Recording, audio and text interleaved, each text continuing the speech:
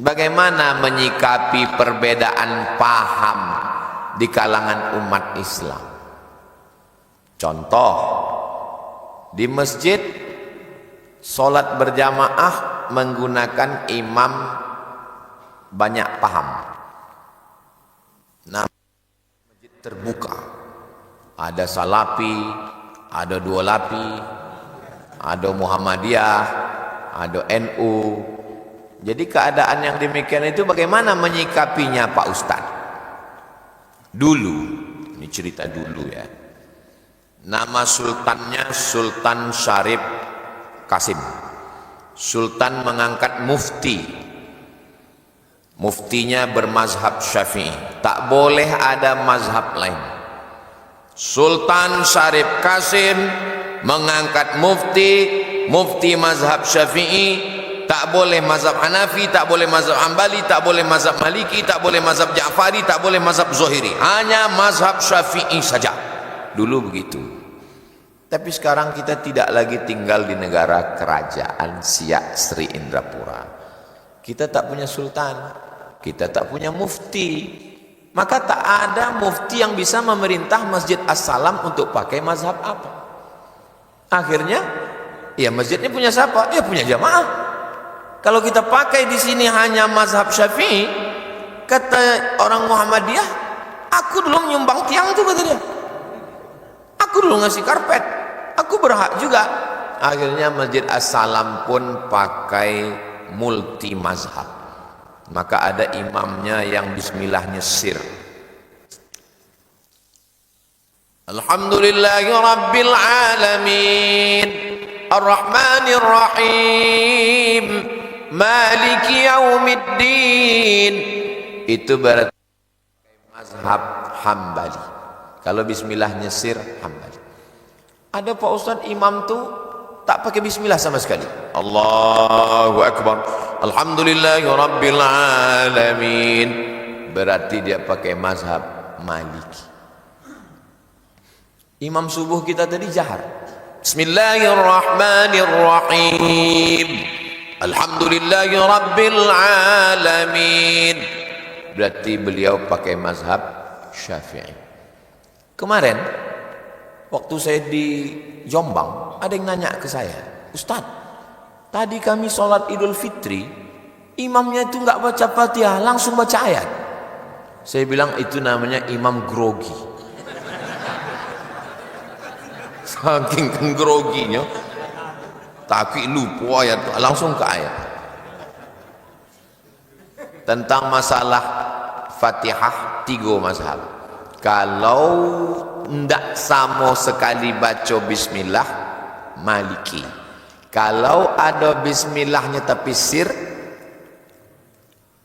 Hambali dan Hanafi. Kalau bismillahnya jahar, Syafi'i. Lalu bagaimana sikap kita sebagai makmum? Paling enak jadi makmum. Makanya di mana-mana saya nggak mau jadi imam. Asal disuruh maju ke depan, batuk. Ju'ilal imamu liyu'tamma bih. Imam itu diangkat untuk diikuti. Kalau sudah kita angkat imam, ikutilah dia. Itu tentang bismillah, sir dan jahar. Tentang kunut Pak Ustadz, tentang kunut 3 mazhab. Mazhab Hanafi dan Hambali tidak ada kunut. Sami Allahu liman hamidah, Rabbana lakal hamdu bil samawati wal ardi wal ma syi'ta min syai'in ba'd. Allahu Akbar. Itu maka Saudi Arabia tak ada kunut karena dia mazhabnya Hambali. Mazhab Syafi'i berkunut. Sami Allahu liman hamidah, Rabbana lakal hamdu bil samawati wal ardi wal ma syi'ta min syai'in ba'd. Allahumma hdina fi man hadait, wa afina fi man afait, wa tawallana fi man tawallait, wa barik lana fi ma a'tait, wa qina bi rahmatika syarra ma qadait. Fa innaka taqdi wa la yaqda 'alaik, wa innahu la yadhillu man walait wa la ya'izzu man 'adait, tabarakta rabbana wa ta'alait, falakal hamdu 'ala ma qadait, nastaghfiruka wa natubu ilaik. Wa sallallahu ala sayyidina Muhammadin an-nabiyil ummi wa ala alihi wa sahbihi wa baraka wa sallam. Allahu Akbar. Syafi'i. Mazhab Maliki, Mazhab Maliki kunutnya sebelum rukuk.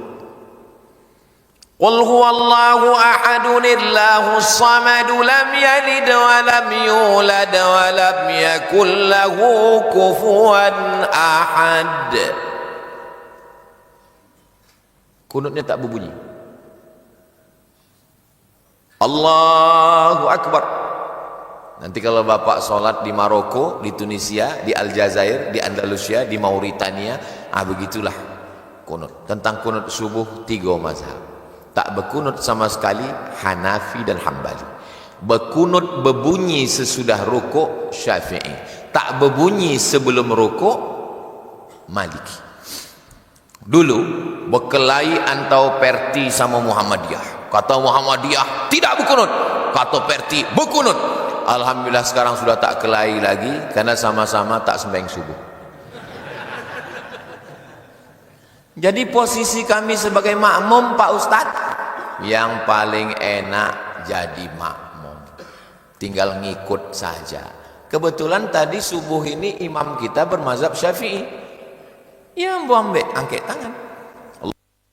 Hadait amin, wa afina fi man afait amin, wa tawallana fi man tawallait amin, wa barik lana fi ma atait amin, wa qina bi rahmatika syarra ma qadait amin.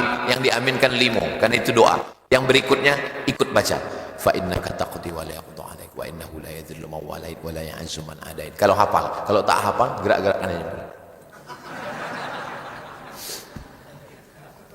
Paling enak jadi makmum. Kebetulan sholat di Masjidil Haram, imamnya mazhabnya Hambali. Ya saya tak baca kunut karena imamnya tak berkunut.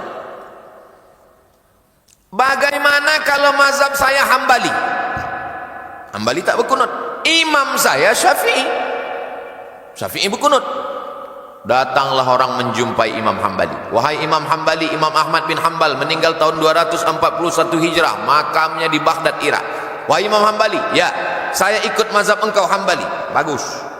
Bagaimana kalau saya bermazhab Hambali dan imam saya bermazhab Syafi'i?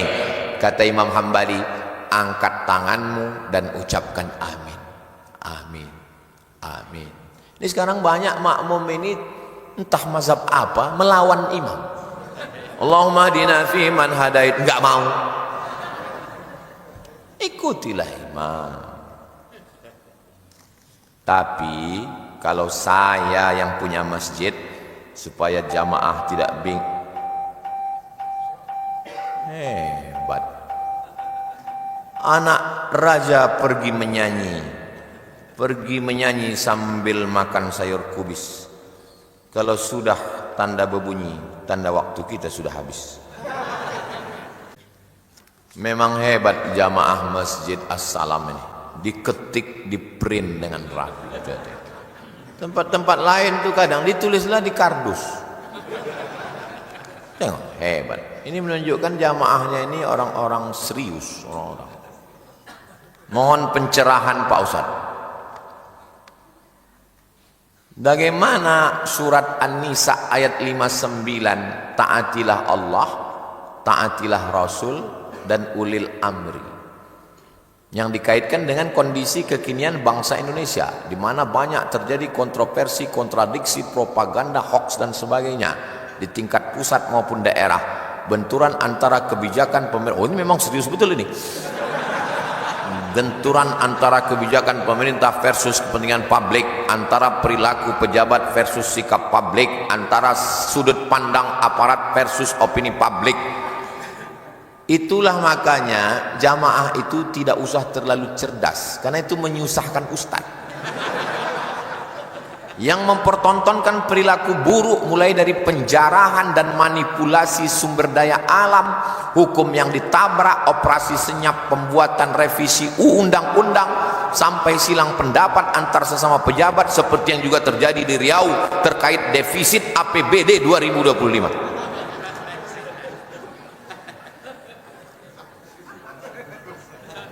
Dengar baik-baik ayatnya tadi, ati'ullah wa ati'ur rasul wa ulil amri. Jangan ayat ini dipotong. Ini bahayanya kalau tukang sunat jadi baca ayat semua di sunatnya. Ayat pun dipotong. Baca ayat sebelumnya. Apa bunyi ayat sebelumnya?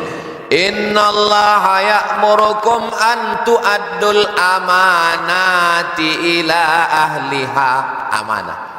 Wa idza hakamtum bainan nasi an tahkumu bil adl.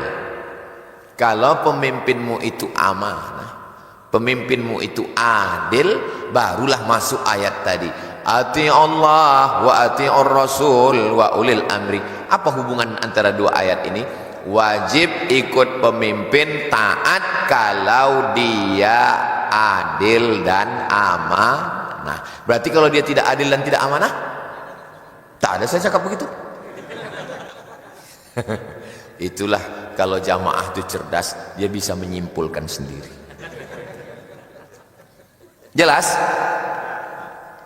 Itulah kaji kita subuh nih. Mudah-mudahan bermanfaat. Banyak cakap. Ini dokter. Zakat mana lebih afdal dibayarkan di tempat dia tinggal atau di tempat kampung halaman? Wahai Muaz bin Jabal, kau kutugaskan ke Yaman mengutip zakat. Tu'khadhu min aghniyaihim wa turaddu ala fuqaraihim. Ambil dari orang kaya-kaya di Yaman, bagi ke orang miskin di Yaman. Ambil dari orang kaya di Pekanbaru, kasih ke orang miskin di Pekanbaru. Yo Pak Ustaz, tapi kok kami kok kan manggalenya di siko kampung kami. Dua anak kemanakan kami? Bagi prosentasi. Apakah 50-50? Apakah 30-70? Apakah 60-40? Sebab di kampung halaman, tetangga, jiran, kawan, sahabat, andai tolan, kawan masa kecil, kawan sepermainan, bagi dua. Jangan tinggalkan Pekanbaru, karena di Pekanbaru juga banyak fakir miskin. Bayarkan ke Basnas kota, kantornya di Masjid Ar-Rahman, Sudirman. Bayarkan ke Basnas provinsi, kantornya di depan Rumah Sakit Umum Arifin Ahmad, Jalan Diponegoro. Karena dengan ke Basnas ini lebih merata nanti pembagiannya. Dua, bagaimana cara mendidik anak supaya menjadi anak yang soleh dan solihah? Tak bisa main tunjuk-tunjuk. Semayang, semayang, semayang, semayang, semayang. Ayah tidak sembahyang, ayah sudah dewasa. Tak bisa. Mendidik anakku bukan macam memandikan bau. Memandikan bau, dipegang tali bau, di lopehnya, nyo mandi awak menonton. Kalau mendidik anakku macam memandikan kudo, masuk awak ke kolam, awak basah, kudo tak basah. Anakku ditenteng bawa ke Masjid As-Salam. Ini sudah diamalkan jamaah As-Salam. Itu banyak bawa anak ketek tu. Tu anak kecil, tu anak kecil, tu anak kecil. Itu kecil rupanya dah tua. Dari kecil terlonjak-lonjak, sudah besar terbawa-bawa, udah tua tubah tidak. Dari kecil terlonjak-lonjak, sudah besar terbawa-bawa, sudah tua tubah tidak. Itu tengok anak-anak ketek di belakang perempuan pakai jilbab. Allah bisa karena biasa. Jangan main handphone, jangan main handphone. Omaknya scroll. Nggak bisa. Kalau kita melarang dia main handphone, jangan nonton TV, jangan nonton TV. Di rumah kita jangan ada TV. Bapak datang ke rumah saya, carilah kok ada TV. Kalau ada TV di rumah saya, potong telinga saya. Disimpan bini saya di kamar di belakang. Anak tak boleh nonton TV. Aku pun kena juga tak boleh nonton TV. Anak-anak perlu contoh keteladanan. Kenapa anak-anak bercelana pendek? Ayahnya bercelana pendek. Di sekolah diajarkan bertudung labuh, baju kurung, celana panjang. Di rumah ditengok emaknya pakai you can see, you kamu kan bisa see menengok, kau bisa menengok ketiak macam leher unta. Maka pendidikan ini perlu keteladanan. Saya tak sempurna, saya juga banyak kekurangan, tapi kita memantaskan diri menjadi orang tua. Mudah-mudahan kita menjadi orang tua yang baik-baik insyaallah. Bolehkah kita membagi harta waris dibagi rata untuk anak laki-laki dan anak perempuan?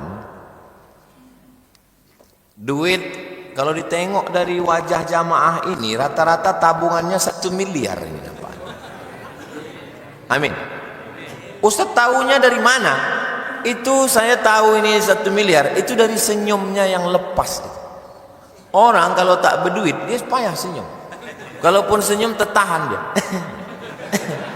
Ini tapi lopeh senyum. Ini saya yakin ini paling minimal ini 1 miliar nih satu orang. Amin.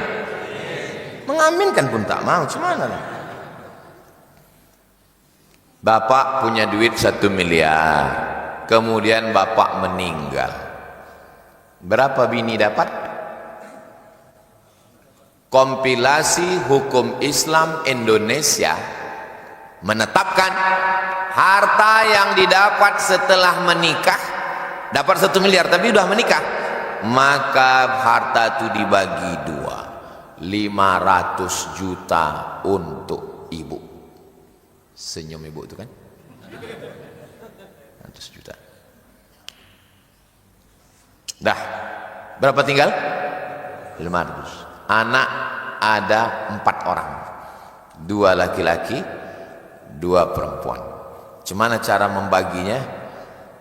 Bagi 6. Kok bagi 6 Pak Ustaz? Anak laki-laki, anak perempuan. Laki-laki 2 bagian. Berarti menjadi 4. 2, 4. 2. Berarti 6. Maka 500 juta bagi 6. Coba bagi 500 juta tadi bagi 6.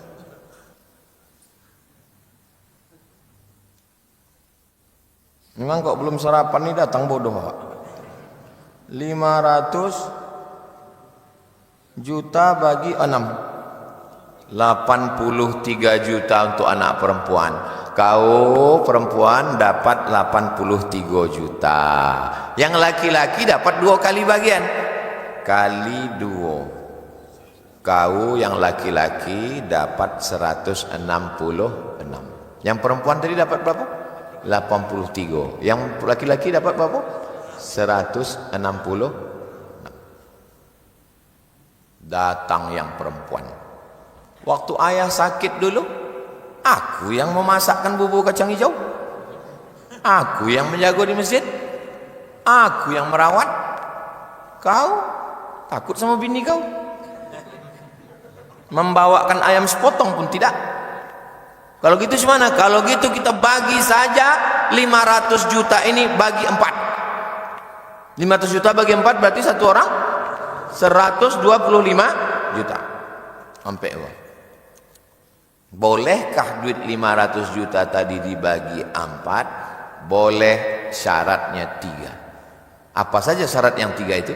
Jangan kemana-mana, kita lanjutkan setelah yang 1 ini. Begitu kalau masuk TV. Syarat yang pertama, keempat-empat anak ini sudah akil baligh. Tak boleh ada salah satu dia belum akil baligh, atau ada yang gilo, atau ada yang cacat mental. Mohon maaf ibu, maaf. Dia mesti akil baligh keompe-ompenya. 2, dia tahu jatah asli dia berapa. Kau sebetulnya jatah kau 166. Tapi karena dibagi rata, maka kau dapat 83. Gimana, setuju? Iyalah kalau gitu. Karena kalau tak dijelaskan begitu, dibagi saja rata 125, nanti tiba-tiba dia dari orang lain komplain berkelahi. Mungkin dia tak mengamuk, anaknya mengamuk. Mungkin dia tak ganas, bininya mengamuk. Syarat yang ketiga, yang jatahnya berlebih, yang laki-laki tadi, kelebihannya itu sebagai tabarruk sukarela. Kau sebetulnya jatah kau 166, tapi dek kalian tadi supaya tidak berkelahi, kau kan adik kalian yang mengurus kau, maka kau dibagilah kalian 125. Iyalah yang penting copek dapat cair. Nah, cukup 3 syarat. Jelas? Memang enak kalau ceramah di tempat jamaah yang cerdas-cerdas nih, copeknya paham. Antah pura-pura paham dia supaya wak bonti. Pertanyaan terakhir yang keempat, bolehkah dalam Islam berpacaran sebelum menikah? Ini agak 1 jam lagi lah menjelaskan. Jangan pandang perempuan itu sebagai orang lain. Jangan perempuan itu ditengok orang lain, objek, jangan begitu. Pandang perempuan itu anak pedusi awak, anak betino awak. Pandang perempuan itu sebagai adik awak. Pandang perempuan itu sebagai anak kemanakan awak. Cobalah rasakan bagaimana rasanya, na'udzubillah, na'udzubillah, na'udzubillah. Anak perempuan awak, adik awak, akak awak, kemanaan awak, dibonceng sanan, bonceng sini, bonceng sanan, bonceng sini, masuk angin gombung. Pacaran 5 tahun, tidak dinikahi. Itu sama macam iklan roti, dibuka, dijilat, dicelupin, nggak dimakan-makan. Yang rugi laki-laki apa perempuan? Perempuan. Yang muntah-muntah laki-laki apa perempuan? Perempuan. Yang malu ditengok tetangga laki-laki apa perempuan? Perempuan.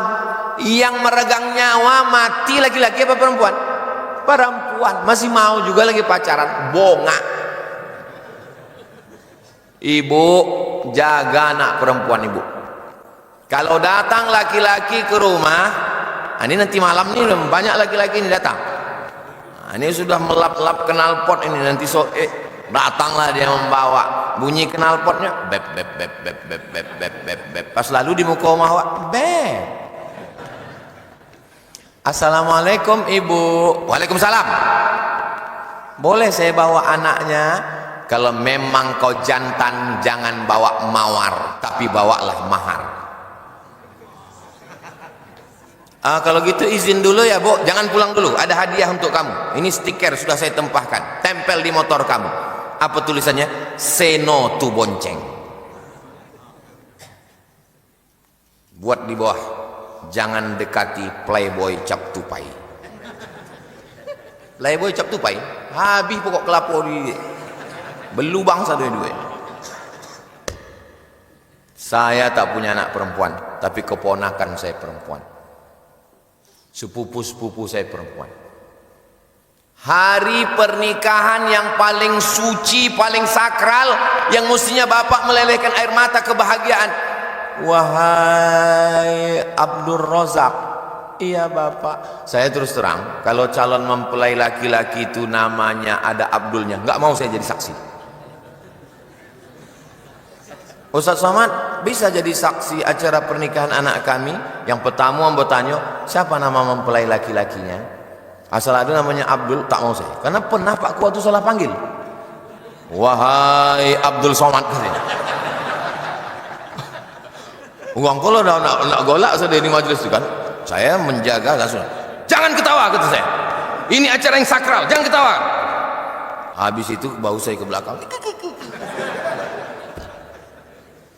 Aku nikahkan engkau dengan buah hati belahan jiwaku, anakku yang aku tak berganti baju baru karena membelikan sekolahnya, anakku yang ku kasih makan meleleh peruh keringat dan air mata. Ku nikahkan engkau dengan anakku yang ku jaga tak tidur malam, tak makan kenyang. Ku nikahkan engkau dengan anak perempuanku yang sudah seperti ibu kandungku. Ku nikahkan engkau dengan anak perempuanku yang menjadi cita-cita harapanku. Ku nikahkan engkau dengan anak perempuanku yang akan melahirkan cucu-cucuku. Ku nikahkan engkau dengan anak perempuanku. Saya sudah susun kalimatnya. Sampai sekarang anak saya laki-laki. Jaga anak perempuan bapak ya pak. Kalau datang nanti sore laki-laki, jangan kalian fasilitasi dia untuk berbuat dosa. Duduk ya. Duduk dulu kalian berdua ya, papa sama mama mau nonton di belakang. Itu sama artinya kalian ngatakan berzina lah kalian, berzina. Mana mula berzina, Ustadz aja suuzon. Mereka kan jalan-jalan mau makan bakso mie ayam. La ilaha illallah. Kenapa kita pura-pura bodoh? Hotel Melati Pekanbaru kelas 3 yang satu kamar 150.000, kalau malam tahun baru, malam Valentine, malam libur, itu hanya dipakai 1 jam 2 jam untuk berbuat maksiat. Jaga anak perempuan kita. Zaman dulu laki-laki kalau mau jumpa perempuan tinggal membawa lidi. Ambil lidi, rumah orang Melayu dulu pakai kayu tiang ajuluk ke atas. Kalau nampak lidi naik, itu tanda miss call. Hai sayang. Berubah. Dari mulai lidi berubah tulisan. Maka laki-laki pergi ke surau membawa kertas, diselipkan di tengah ketiak. Perempuan pun mengambil sambil lalu tak memandang, dibaca surat Zainuddin untuk Hayati. Dalam tenggelamnya kapal Pandarmi. Masih bisa diatasi, masih bisa dikontrol. Tapi sekarang apa yang terjadi?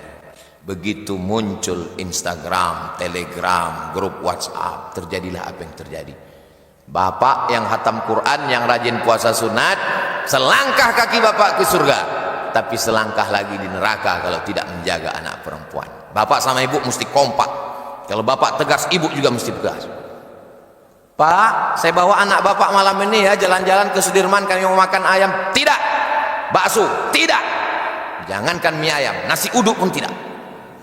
Datang ibu dari belakang, kasihlah bang, kita dulu lebih parah dari itu lagi. Mudah-mudahan Allah menjaga anak-anak kita semua, keluarga kita sakinah mawaddah warahmah, istiqomah kita mati dalam keadaan husnul khatimah. Ala hazihin niyah al-fatihah.